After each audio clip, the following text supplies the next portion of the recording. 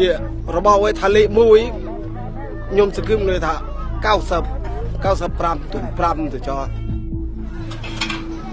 សូមអោយអាមេរិកធានាទៅប្តីអាមេរិកចាអោយជួយខ្មែរចាអោយជួយខ្មែរយើងឲ្យបានសុខសាន្តទាំងអស់គ្នាខ្មែរឲ្យមានវេទនាមើលមកដេកនឹងដេកចេះអាស្រោនៅពេញវាលស្រែមិនទាន់បាននោះស្ដាប់គេទីរត់រយអត់មានចង់ឲ្យជាក្រៀមវិញឆ្ងាយតទៅទីទេកូនចង់ឲ្យថាអូកូនក្រៀមទុកសឿបសងឲ្យកូនចង់ឲ្យចាប់តែស្អែកនេះសុខសន្តិភាពស្អែកនឹងណាកូន